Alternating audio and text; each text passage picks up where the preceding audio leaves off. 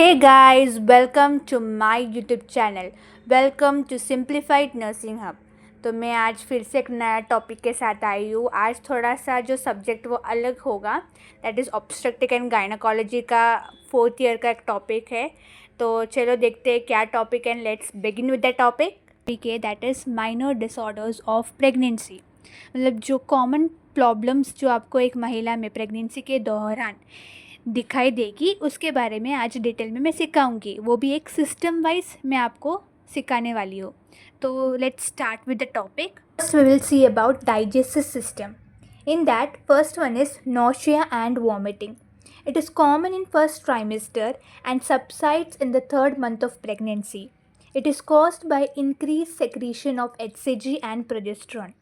तो मेनली हम लोग को जो फर्स्ट ट्राइमेस्टर में क्या दिखता है कि नौशिया, मेनली वुमेंस को नौशिया वॉमिटिंग होता है और वो थर्ड मंथ तक सबसाइड भी कम भी हो जाता है।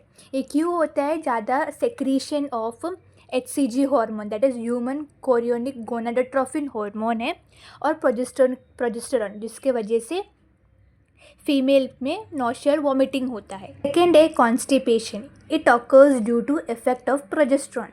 ये भी अगर ज़्यादा सेक्रीशन हुआ है प्रोजेस्टेरॉन की वजह से तो फीमेल में कॉन्स्टिपेशन भी दिखाई देता है। Acidity and heart burn.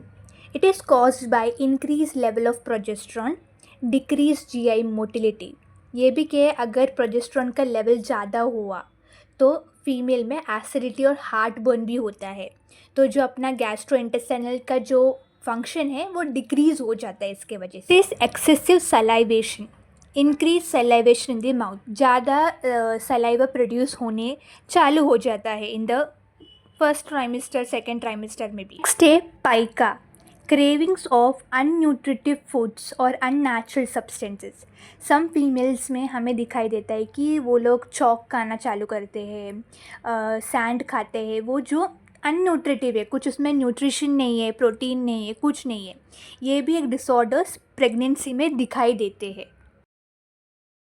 System है मस्कुलोस्केलेटल सिस्टम। उसमें पहले आएगा फेटिक। फेटिक मीन्स थकावट, because of Altered posture and extra weight carried.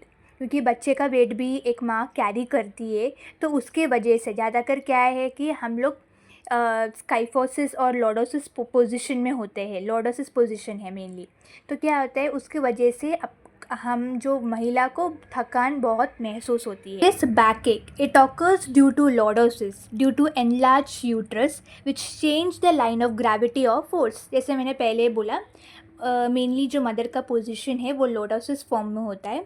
तो क्या होता है कि उनको बैक एक भी चालू हो जाता है। Third one is leg cramps, occurs on second and third trimester due to calcium and phosphorus deficiency के वजह से मोस्टली हम लोग को जो फीमेल में लेग क्रैम्प्स दिखाई देते हैं और मोस्टली स्वेलिंग भी रहता है। System is circulatory system.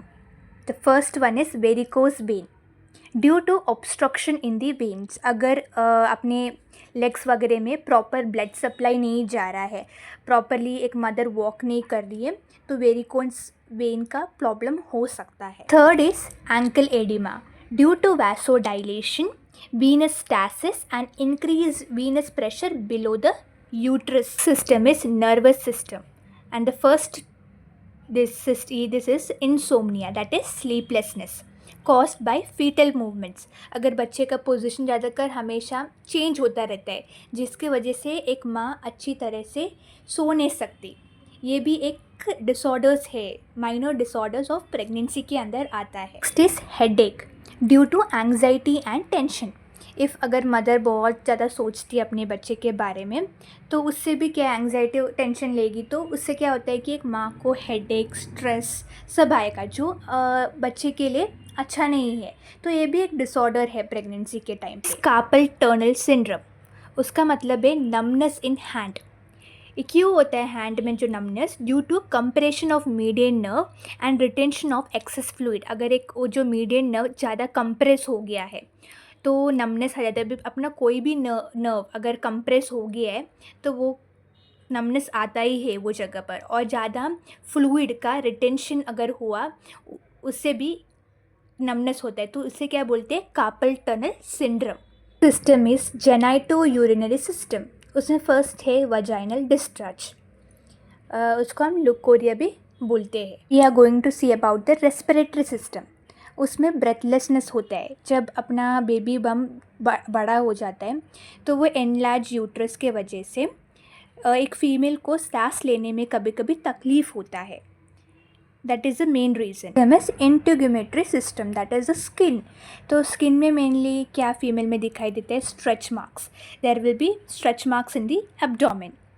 I hope आपको ये टॉपिक समझ में आया रहेगा। So if you like this video, don't forget to like, subscribe, and let's see in the next video. Bye. Thank you.